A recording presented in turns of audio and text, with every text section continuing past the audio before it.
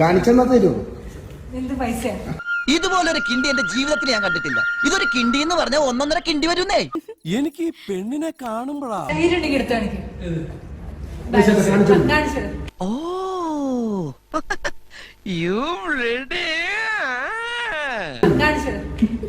ആർക്കെങ്കിലും കാണണമെങ്കിൽ വാ, സൗജന്യ പ്രദർശനമാ. എന്റെ ഫ്രണ്ട്സ് ഒക്കെ വിളിച്ചിട്ട് പറയും എടി കെട്ടരുതിട്ടോ, പ്ലീസ് കെട്ടരുതിട്ടോ. അതെന്തിനാ? അല്ല, കല്യാണം കഴിച്ച എല്ലാവരും പറയുന്ന സെയിം ഡയലോഗ് തന്നെയാണ്. സ്വാഭാവികം. അതങ്ങനെ വരൂ, അതങ്ങനെ സംഭവിക്കൂ. ഈ ലോകത്തിന്റെ ഒരു പോക്കേ. അതിലും കാര്യം നോ ബാലൻസ് ആണ് നോക്കണേ.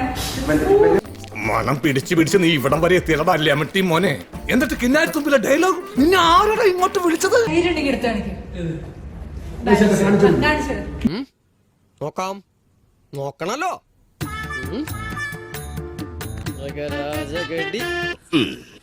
അങ്ങനെ ചിന്തിക്കാൻ പോലും പാടില്ല. എനിക്ക് കിടന്നാൽ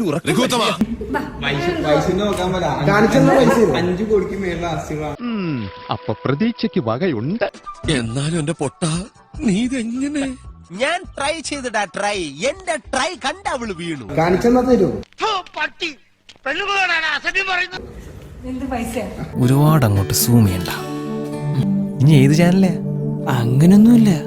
ആഹാ, സ്നേഹം മാത്രം. അതെ അതെ, ആ മുഖത്ത് എഴുതി വെച്ചിട്ടുണ്ട്. ആർക്കും വാരിക്കോരി കൊടുക്കുന്നവളാണ്. എന്താ ചെയ്യപ്പോ നടുവിട്ട് പോടും. ഇല്ല, പണിയെടുത്ത പൈസ ഇല്ല. ഇടയ്ക്ക് ഗ്യാപ്പ് കളിക്കാൻ പോകും. എന്റെ കുഞ്ഞമ്മയുടെ മോള് ഗ്യാപ്പ് കളിക്കാൻ പോവും. ഇപ്പൊ തീരം കളിയാ ബോംബേലി നാടകേ. പണിക്ക് പൈസ ഇല്ലേ? എടാ, ഈ പറഞ്ഞതിന് വേറൊരർത്ഥം ഇല്ലേ? ഏയ്, അങ്ങനെ പ്രത്യേകിച്ച് അർത്ഥമൊന്നുമില്ല. ഞാൻ എന്തിനാ ഈശ്വര ഇങ്ങനെ തെറ്റിദ്ധരിക്കണേ? 1% വീട്ടിൽ കൊണ്ടുവരാം. 1%.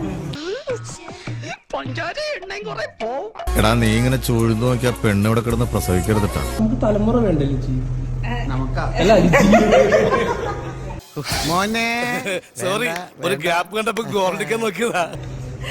കേട്ടാ നമുക്ക് ശോഭിക്കണ്ട, ഞാൻ ഒരാഗ്രഹം പറഞ്ഞതേ ഉള്ളൂ. അതിന് ഇനി സമയമുണ്ടല്ലോ.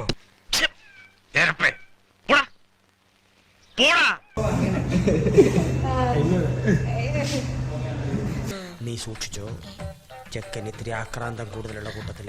എന്റെ പോലത്തെ ഒരാളെ ഉണ്ടാവാതിരിക്കുകയാണ് നല്ലത്. ചേച്ചി ഇവിടെ ഉള്ളതുകൊണ്ട് ഞാൻ ഇവിടുന്ന് പോണ പ്രശ്നമേ ഇല്ല. ഞാൻ ഇവിടെ ഒക്കെ തന്നെ കാണും.